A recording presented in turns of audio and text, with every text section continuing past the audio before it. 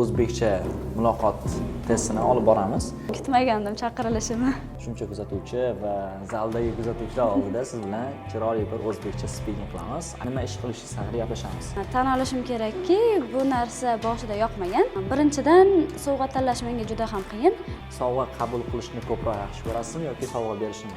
Yo'q, umuman yoqtirmayman. Bu meni bolalikdagi do'stim Afruza hisoblanadi. Qayergadir ovqatlanishga ham bordilar? Borganmiz. Siz ko'p do'stga ega bo'lishni yoqtirasizmi? Juda ham ajoyib.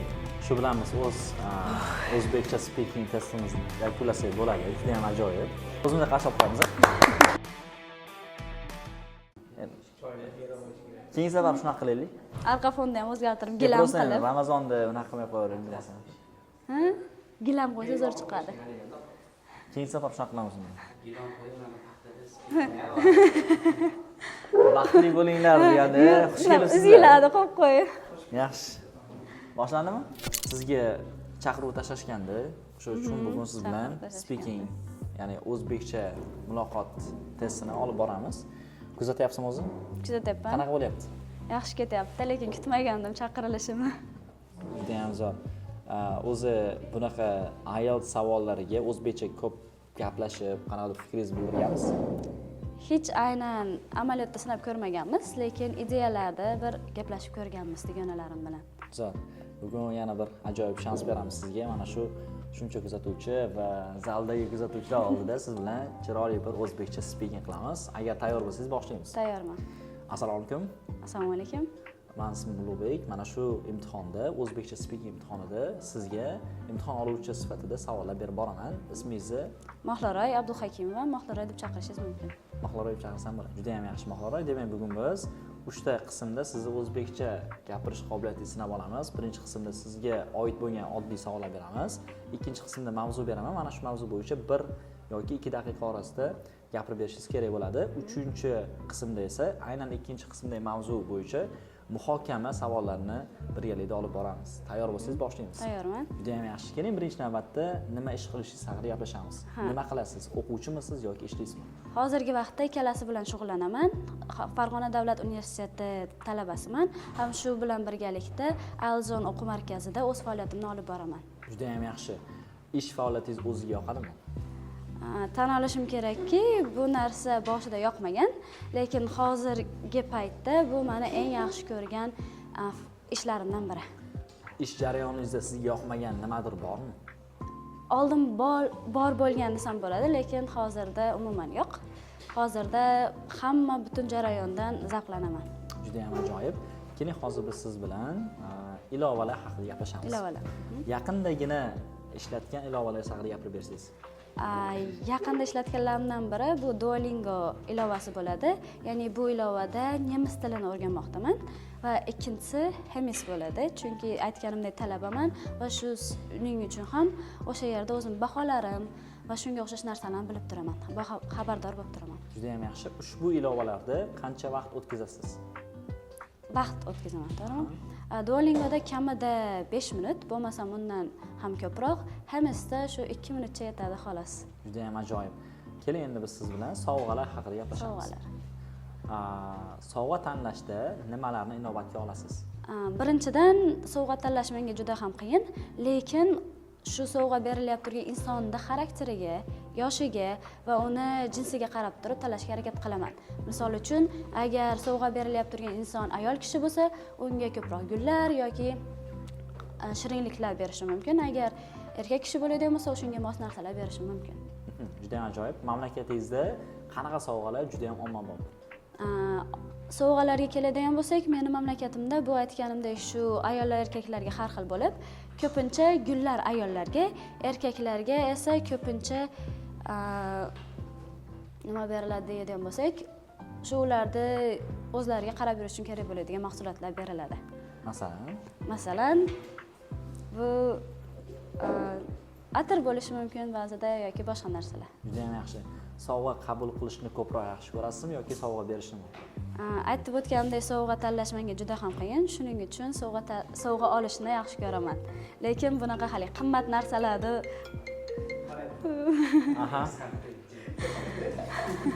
Qaysi qiz bilan gaplashyapsiz? Video yetib olyapti. Xo'p, qimmat sovg'a olishni yoqtirasizmi? Yo'q, umuman yoqtirmayman. Men uchun qadrli sovg'a emas, balki men uchun xarakterimga yoki boshqa o'z qiziqishlarimga mos bo'lgan sovg'ani ko'proq qadrlayman. Juda ham yaxshi. Ajoyib. Endi biz bemalol ikkinchi qismga o'tsak bo'ladi, chunki birinchi qismimizni yakunladik. Ikkinchi qismda yana birgalikda rishtangizni bog'lagan eski do'stingiz haqida gapirib berishingiz kerak bo'ladi. Tushunarli? Sizda 1 daqiqa vaqt bor tayyorlanish uchun va siz tayyorlanib bo'lganingizdan keyin bemalol 1 daqiqa va 2 daqiqa orasida gapirib berishingiz kerak bo'ladi. Tayyor bo'lsangiz, boshlaysiz bo'ladi.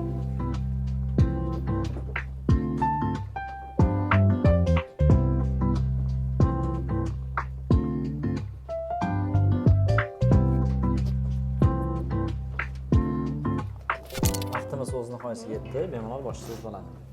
Shu agar meni oldin tanishgan, do'st bo'lgan insonim va yaqinda rishtalarim bog'lagan insonim haqida gapiradigan bo'lsam, bu meni bolalikdagi do'stim Afroza hisoblanadi. Bu qiz bilan biz bog'chada tanishganmiz. U bilan ko'p aloqalarimiz bo'lgan. Ayniqsa bitta xonadonda yashaganimiz, aynan domda yashaganimiz bizga juda ham yordam bergan, chunki oilaviy do'stlar ham bo'lganmiz desak bo'ladi, chunki men u bilan do'st bo'lganimda uning ukalari men bilan do'st bo'lgan va bu do'stlik 10 yildan ortiq davom etadi. Lekin aynan mening maktabim boshqa bo'lganligi, uyimizni ko'chib o'tirganimiz va qiziqishlarimiz har xil bo'lganligi sababli bu do'stlik ancha qolib ketgan va yaqinda aynan 2025-yilning yanvar oyida qandaydir holat bilan shunday tasodif bo'ldiki, ham u ham men ham bir-birimizga yozib qoldik, aynan Telegram ilovasi orqali va u paytgacha hech bir-birimiz bilan ko'rishmagan, agar ko'rib qolgan bo'lsak ham bir-birimizni tanimaganga olib o'tib ketgan holatlar ham ko'p bo'lgan, lekin o'sha paytda tasodifan bir-birimiz bilan gaplashib qolganimiz bizni 5 yildan keyingi birinchi uchrashuvga olib bordi. Shunda u bilan ko'rishib, eski xotiralar eslandi, nostalgiya hissi bizda bo'ldi va eski oldin qanaqa do'st bo'lganimizni eslash juda ham maroqli bo'ldi, chunki shu bolaligimizni ko'p qismi aynan 5 yildan ortiq qismi birga bo'lganligi, qanaqa o'yinlar o'ynaganligimiz, bir-birimiz bilan qanaqa aloqalar qilganligimiz, qiyinchiliklarda qanaqa yordam berganligimiz aynan o'sha bir-birimiz bilan suhbatda ayon bo'ldi va shuni bildikki, qancha vaqt gaplashmasak ham, hech qanaqa aloqa bo'lmasa ham bu do'stlik doim qanday bo'lsa shunday qoladi. Oldin qanday bo'lsa shunday qoladi. Yo maktab, yo uy, yo qiziqishlar har xil bo'lishiga qaramasdan insonlar do'st bo'lib qolishi mumkinligini bu uchrashuv isbotladi desam ham bo'ladi. Juda ham yaxshi. Vaqtimiz o'z yakuniga yetdi. Yaxshi. Qayergadir ovqatlanishga ham bordinglarmi? Borganmiz. Juda ham ajoyib.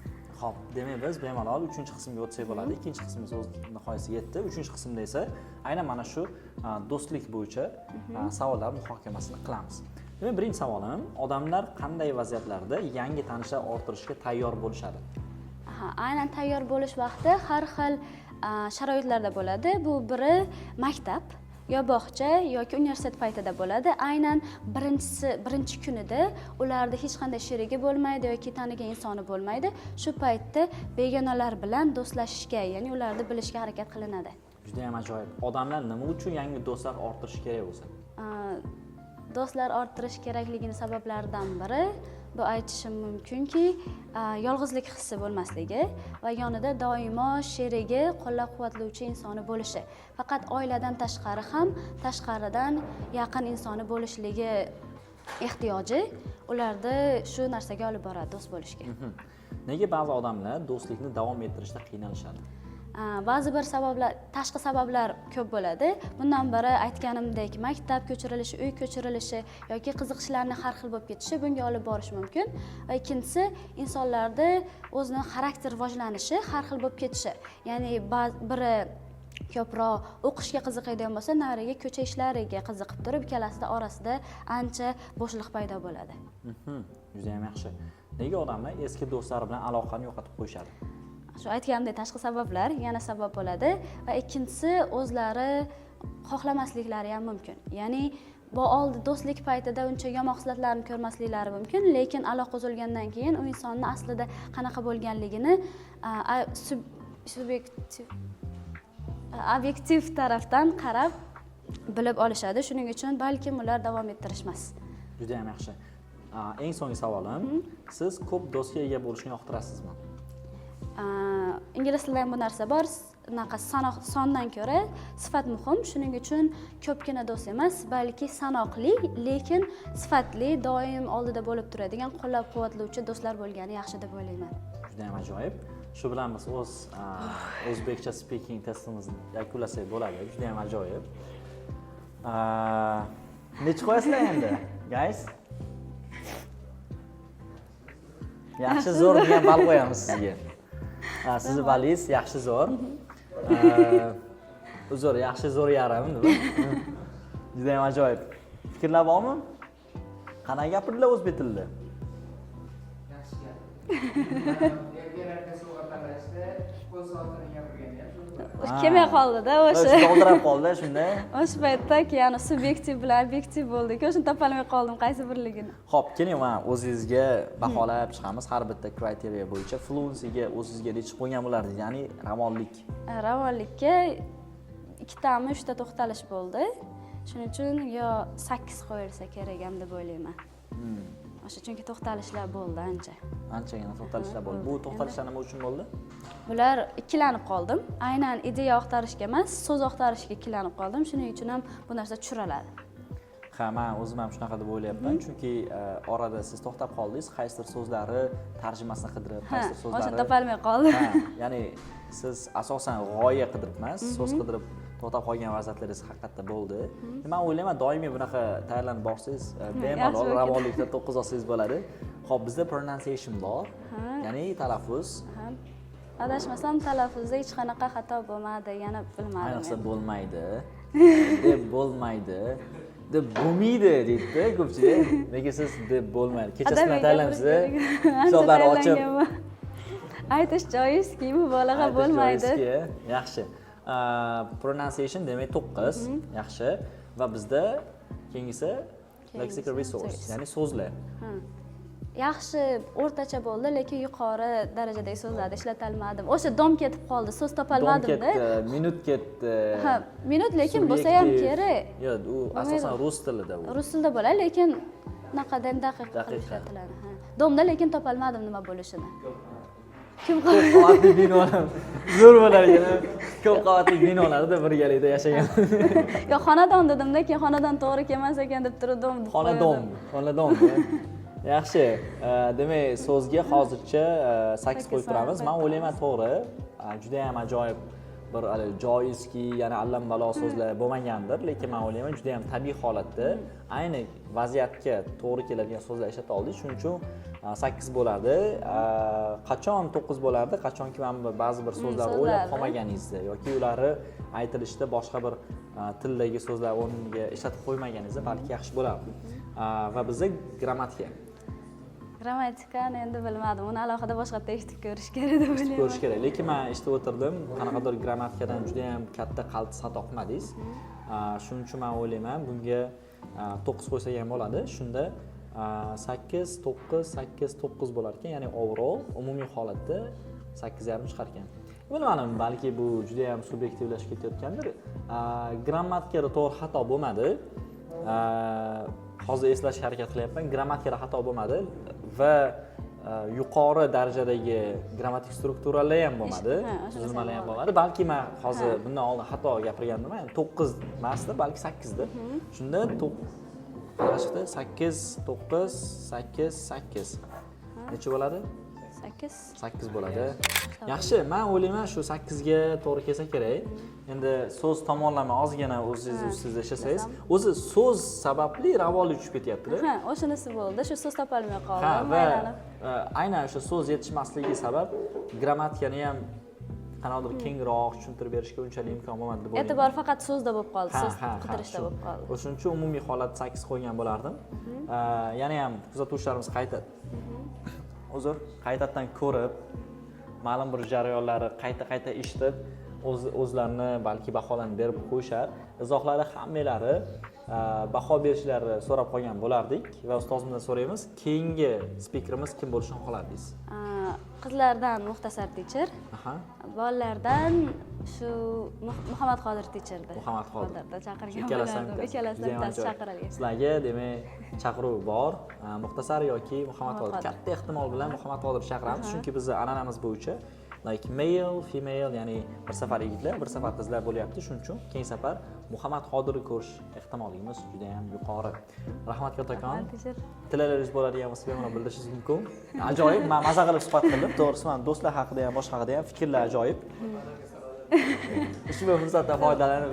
Birinchi aytmoqchi bo'lganim, part 2da ikkinchi qismda birinchi imtihonda tushgan savol tushdi. Ha, yo'q, Ikkinchisi tushgan tushdi.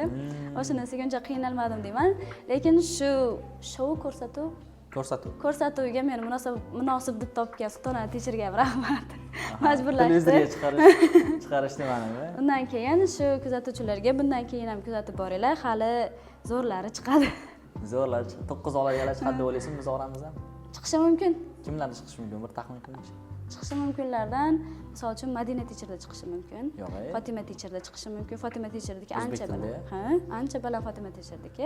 Muxtasarda ham chiqishi mumkin, eplashi mumkin. Chiqishi mumkin. Qani ko'rar ekanmiz. Ularni ham O'zim chaqiramiz. kutayotgandim men. Sizda chiqishi mumkindirmikan? O'zingizdan o'zingiz olsangiz chiqaradi. Zaki Beydan ham chiqishi mumkin. Zakidan chiqishi mumkin, ha? Qarang, men o'chirib qo'ysam ham kelyapti. Bilmayman, juda ham Muhim inson ekan. Ha, shunaqa. Rahmat kattakon, sog' bo'ling, salomat bo'ling. Keyingi ko'rsatuvlar qachondir yana bir chiqishingizdan umidvormiz. Shu, rahmat hammaga. O'zimizga qarshi olib qo'yamiz.